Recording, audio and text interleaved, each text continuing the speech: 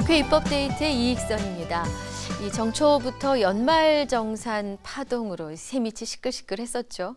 경기는 어렵고 소득은 늘지 않고 여기에 더해진 소득세, 세금에 관한 문제라 모두들 예민하게 반응하셨던 것 같습니다. 오늘은 이 소득세와 관련된 내용을 준비했습니다. 소득세법 일부 개정 법률안인데요.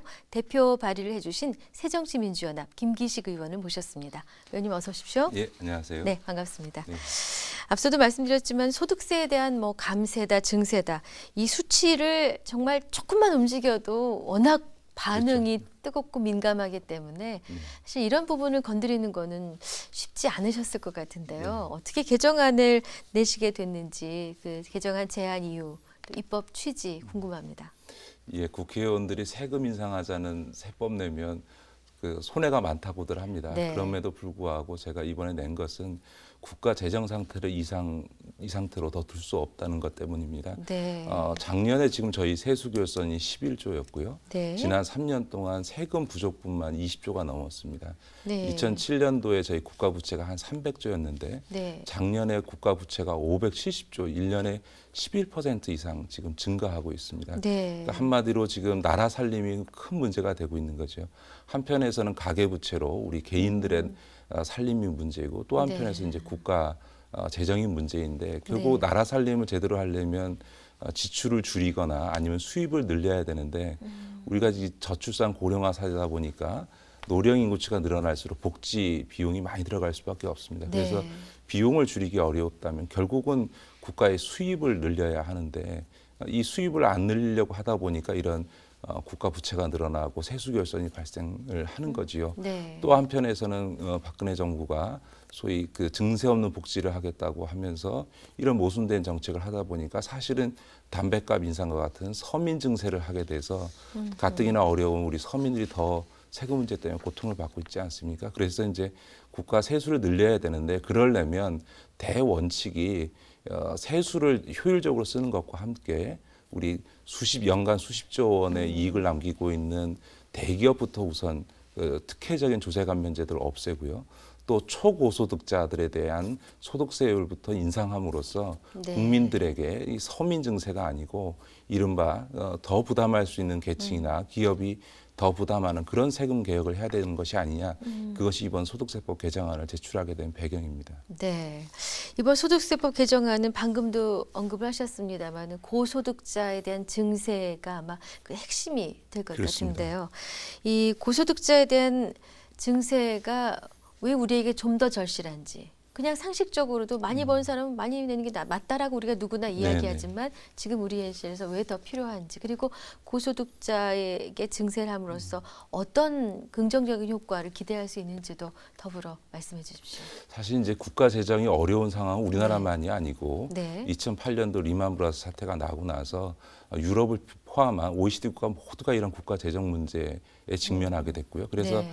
2008년도 이후에 OECD 국가들이 대체로 소득세를 인상해 오는 방향으로 가고 있습니다. OECD 네. 국가 중에서 약 20개 나라가 네. 그 소득세를 인상을 했고요. 네. 우리 지금 현재 우리나라의 소득세율은 OECD 국가 전체 중에서 23위 정도 됩니다. 네. 조세 부담률도 OECD 평균이 순조세로만 따져도 OECD 평균이 25%인데 우리가 한 17.7% 되고 네. 각종 사회보장세나 이런 사회보험 부담금까지 합치면 OECD 평균이 한 34% 국민 부담을 하고 있는데 네. 우리나라는 24%니까 네. 기본적으로 우리가 경제 규모에서 세계 10위라고 하는데도 불구하고 이런 조세 부담은 굉장히 낮은 편인 거죠. 그렇군요. 그런 점에서 우리가 국가 재정 문제를 해결하려면 네. 앞서 말씀드렸던 것처럼 세수를 효율적으로 써서 네. 4대강이라든가 자원외교 같은 곳에 낭비되는 예산을 줄여야 하겠습니다만 기본적으로 인구 구조가 변동하면서 노령 인구층이 지금 이제 앞으로 2030년 되면 인구의 25%까지 늘어나게 되면 결국은 일할 수 없는 노인층에 대한 복지 수요가 늘어날 수밖에 없거든요. 그렇죠. 그런 점에서 우리가 세수를 늘려야 되는데 가장 세수를 늘릴 때 먼저 해야 될 것은 당연히 좀 더 많이 버는 분들이 조금 더 많은 세금을 내고 또 국민적인 어떤 기반 위에서 해외 나가서 더 많은 수입을 누리고 있는 대기업들이 연간 수십조 원의 수입을 얻고 있다면 더 많은 법인세 부담을 하고 네. 특혜적인 조세 감면은 줄이는 이런 방향으로 우리가 세수를 늘려야만 국민적인 동의가 이루어지지 않겠느냐라는 게 저희 생각입니다. 네. 그럼 이번 소득세법 개정안의 핵심 내용은 어떤 것입니까? 그러니까 지금 우리가 이제 그 소득세가요 연간 1억 5천만 원을 초과하게 되면 30%의 최고 세율을 가지고 있습니다. 네. 그 뒤로는 뭐 연간 5억을 벌든 10억을 벌든 20억을 벌든 똑같이 38%의 세율을 적용되는데 네. 그걸 조금 더 구간을 나눠서 최고 세율을 올리는 거죠. 그래서 네. 연간 1억 5천에서 3억까지는 38%, 3억부터 5억까지는 42%, 또 5억 이상일 경우에는 45%, 네. 10억 이상일 경우에 과세 표준으로 10억 이상일 경우에는 50%의 세금을 내도록 그렇게 소위 초고소득자에 있어서의 어떤 네. 세율 구간을 더 세분화하고 최고 세율을 더 인상하는 방향으로 법안을 제출했습니다. 네. 그러니까 여기서 이제 시청자 여러분들이 좀 약간 헛갈리기가 쉬운 대목이 총 수입이 아니라 과세 표준액이라는 그렇습니다. 거죠.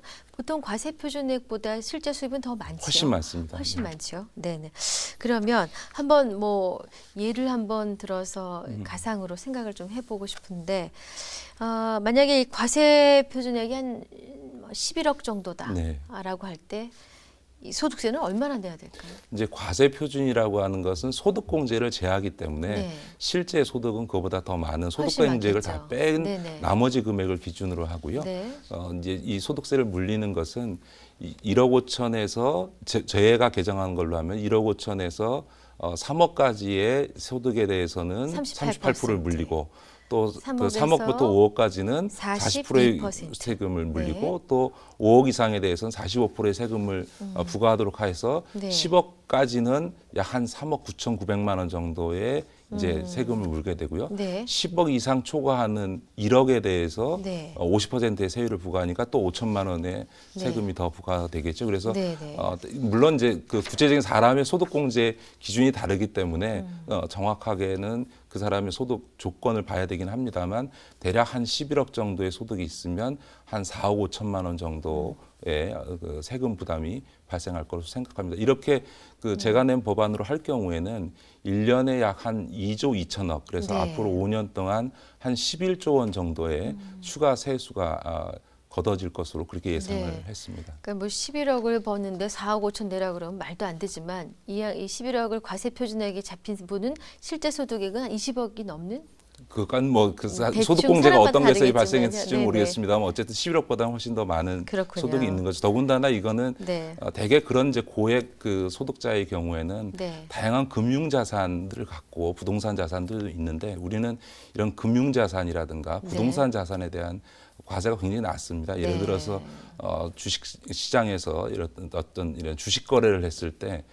그런 양도 차익에 대한 과세도 우리는 아주 미미한 편이기 때문에 네. 실제로는 그런 어떤 10억 이상 초고속자의 그 어떤 소득 대비 세금 부담이 50%가 되는 건 전혀 아니다 이렇게 그렇군요. 말씀드릴 수 있습니다. 네. 국회에는 그 현재 야당에서 낸 소득세 인상 법안들이 계류 중에 있습니다. 네, 그렇습니다. 그 이번 발의 개정안은 지금까지 제출된 다른 그 소득세 개정안들과는 어떤 차이점을 갖고 있습니까? 예, 최재성 의원님께서 네. 내신 법안이 이제 그 1억 5천에서 이상되면 38%의 현행 규정에 대해서 3억 초과할 경우에 42%로 하자 이런 법안을 내신 바가 있고요. 네. 또 민병두 의원은 1억 5천에서 5억까지는 40%로 하고 5억 이상에 대해서 이제 45%로 하는 이런 이제 법안도 내신 게 있습니다. 근데 네. 이제 제가 낸 것은 1억 5천 초과 소득자에 대해서 그 구간을 좀 더 세분화하고 또 10억 이상에 대해서는 최고 세율을 50%로 하는 점에서 네. 좀 차이가 있습니다. 그렇군요. 여튼 이렇게 줄줄이 이런 아이디어를 내시고 있고 공감을 받고 계시기 때문에 결국은 이렇게 흘러갈 거라는 생각이 드는데요. 아마도 저는 네. 이제 우리 국가 재정 상태가 네. 아무리 이 그 세출 이른바 예산 집행을 효율화 한다 하더라도 앞서 말씀드렸던 것처럼 인구 구조가 변동되고 있기 그렇죠. 때문에 예. 국가 재정 문제로 인해서 세수를 늘리지 않을 수 없고요. 네. 세수를 늘린다고 한다면 국민적 상식상 그 아무래도 초고소득자 네. 또 연간 수십조 원의 이익을 얻고 있는 대기업을 중심으로 세금을 인상하는 길 외에는 없을 거다. 그래서 결국은 이런 방향으로 가지 않겠느냐 이렇게 네. 저는 생각합니다. 그럼 소득세법 개정안이 이제 통과가 되게 되면 기대하는 목표치들이 있으시겠죠. 어떠한 실효성이 있을 것이다. 그리고 이러이러한 긍정적인 효과가 있어서 이렇게 좋은 점이 생길 것이다라고 미리 좀 전망을 해보셨을 텐데요.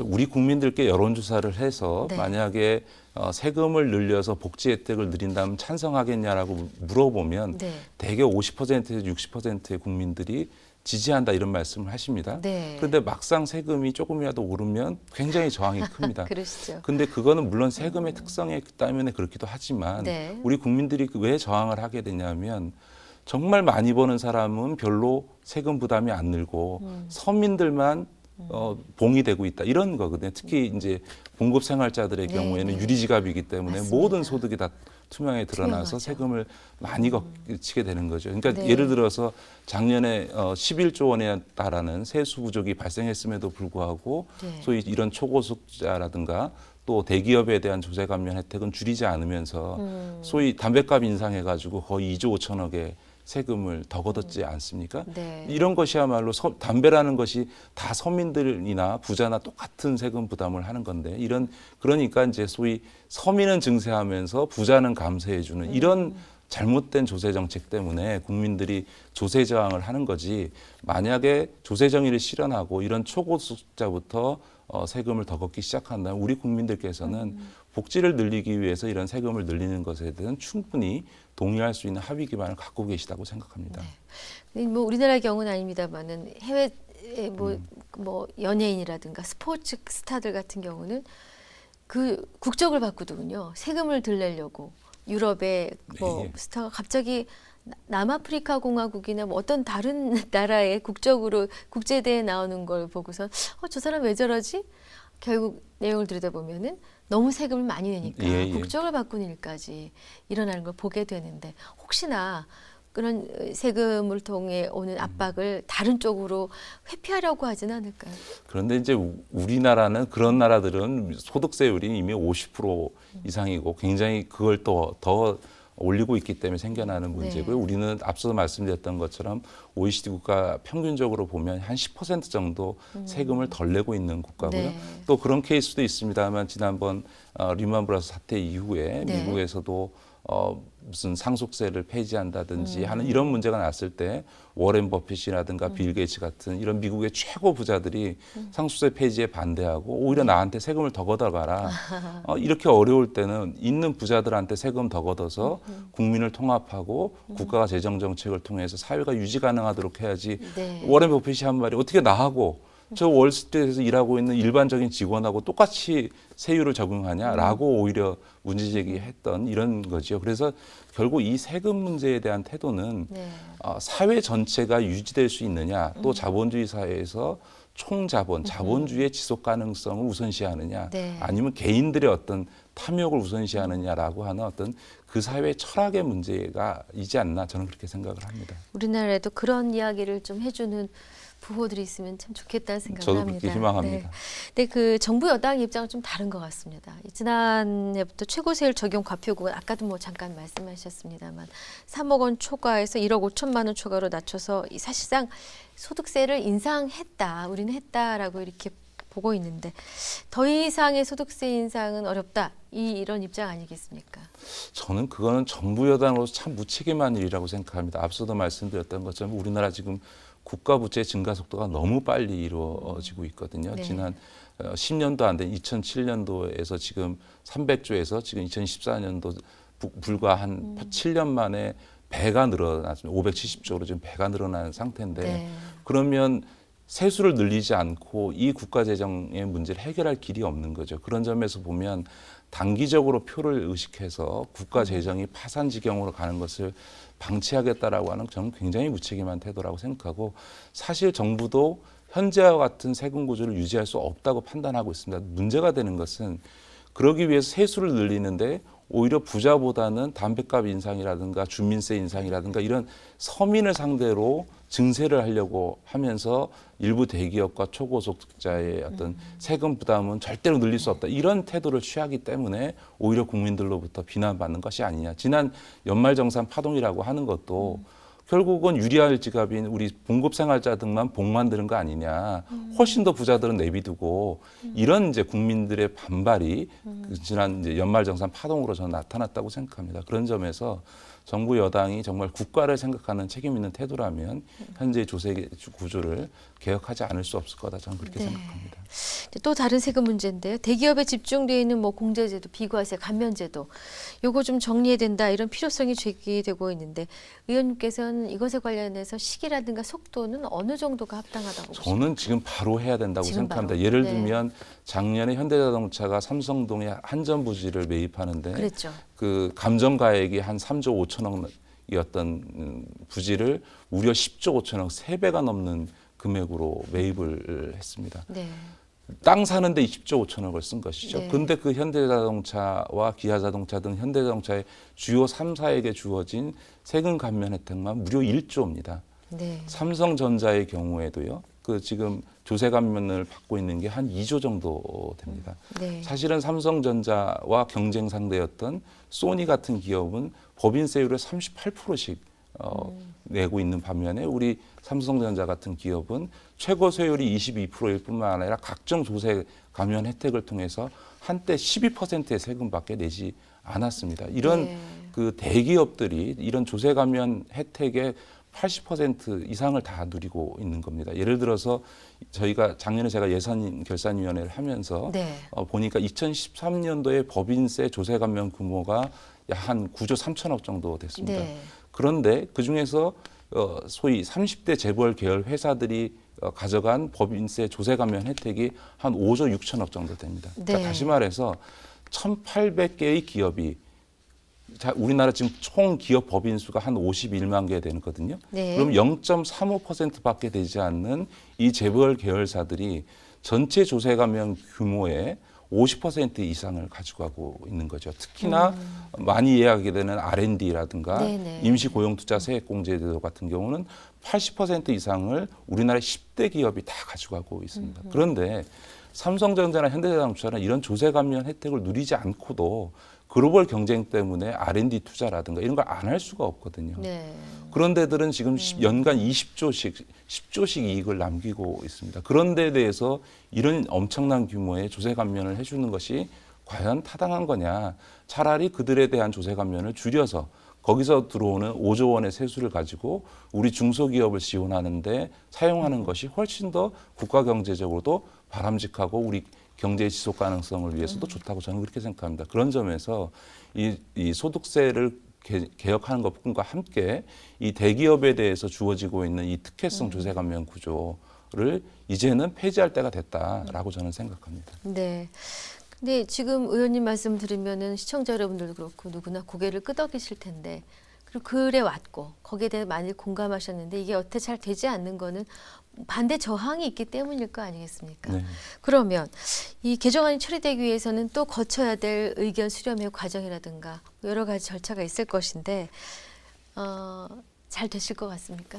네, 저희 새정치민주연합 내부적으로는 더 이상 이런 국가 재정과 조세 구조를 유지할 수 없다고 보기 때문에 네. 이런 대기업에 대한 특혜성 조세 감면 폐지하는 것에 대해서는 당론으로 채택한 바 있고요. 네. 또 이 소득세 관련해서도 서민들의 세금 부담을 늘리지 않으면서도 세수를 늘리는 방향으로 소득세를 개편한다면 소위 고소득자들에 대한 이런 어떤 증세 방안으로 갈 수밖에 없다라고 저희는 보고 있고 실제로 올해 예상되는 지금 세수 결선 규모라든가 또 국가 재정 상태를 고려할 때 정부 여당에서도 정말 나라를 포기하지 않는다면 정부 여당으로서의 국정 운영에 대한 책임을 포기하지 않는다면 저희가 낸 원안대로 수용을 하지는 않는다 하더라도 이런 방향으로 조세제도가 개혁되지 않을까 그렇게 기대하고 있습니다. 네, 좋은 결과 있으시길 바라겠습니다. 끝으로 의원님께서 그 더 미래연구소의 운영위원장 역할을 네. 하시는 이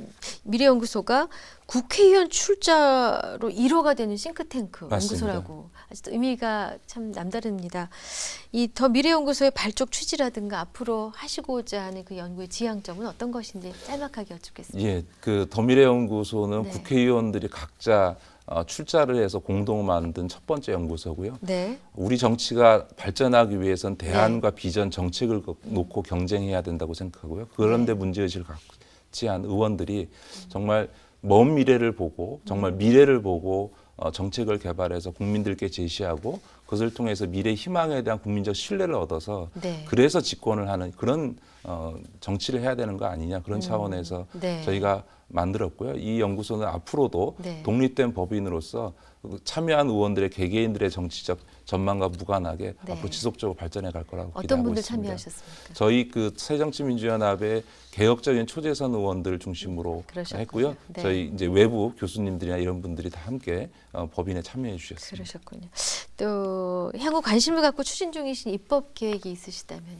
제가 이제 정무위에 있습니다. 그래서 네. 이제 지금 2년째 처리되고 있지 않은 게 금융소비자보호법입니다. 우리 네. 그동안 뭐 보이스피싱 이런 것부터 시작해가지고 수많은 금융 피해들 작년 재작년 동양 사태로 인해서 네네. 불안전 판매로 인한 피해자들도 굉장히 많았거든요. 예, 그래서 이 예. 금융소비자보호법을 반드시 올해는 19대 국회가 끝나기 전에 처리해야 되겠다 싶고요. 이것과 연관된 것이 금융감독 체계를 개편해서 정말 네. 소비자의 입장에서 금융기관이 아니고 국민의 입장에서 금융감독을 할 수 있는 체제를 만들어야 되겠다. 이런 것도 제 관심 분야고 마지막으로는 우리 금융구조가 굉장히 나라 경제에서 중요한데 이것의 거버넌스 구조, 지배구조가 아직 굉장히 후진적입니다. 그래서 이런 네. 금융회사의 지배구조를 개혁하는 이런 법안도 지금 2년째 계류 중입니다. 그래서 네. 이번 그 19대 국회에서 올해 안에 반드시 그 법을 처리하려는 게 제 개인적인 올해 목표입니다. 네. 의원님 바쁘신데 귀한 시간 내주셔서 감사했습니다. 예, 고맙습니다. 네, 입법데이트 오늘은 새정치민주연합 김기식 의원과 함께한 시간이었습니다. 시청해주신 여러분 고맙습니다.